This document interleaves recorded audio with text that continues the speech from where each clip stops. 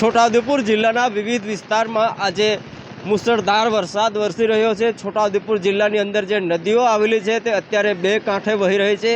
આપણે ઊભા છે નસવાડીના આ અશ્વિન નદી છે ત્યાં કાંઠા ઉપરથી આપ દ્રશ્યો જોઈ શકો છો। છોટાઉદેપુર જિલ્લાની અંદર પસાર થતી તમામ નદીઓની અંદર આજે ઘોડાપૂરની સ્થિતિ છે। અશ્વિન નદી અત્યારે બે કાંઠે વહી રહી છે। આહલાદક દ્રશ્યો નિહાળવા માટે આસપાસના જે લોકો છે તે પણ અહીંયા નદી કાંઠે આવ્યા છે। સાથે સાથે હવામાન વિભાગે આ વિસ્તારની અંદર મોટી માત્રામાં વરસાદ પડશે તેવી પણ આગાહી કરી હતી, જેને લઈને છોટાઉદેપુર જિલ્લાનું વહીવટી તંત્ર છે તે પણ એલર્ટ બન્યું છે। છોટાઉદેપુર જિલ્લાની અંદર વિવિધ વિસ્તારમાં પડેલા વરસાદને લઈને છોટાઉદેપુર જિલ્લાનું વહીવટી તંત્ર અત્યારે ખડે પગે છે। નસવાડીની અંદર અત્યાર સુધી 2 ઇંચ કરતાં વધારે વરસાદ ખાબક્યો છે।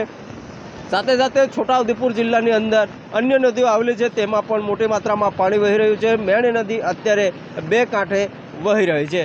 Mahesh Bhil, VTV news, Chhota Udepur.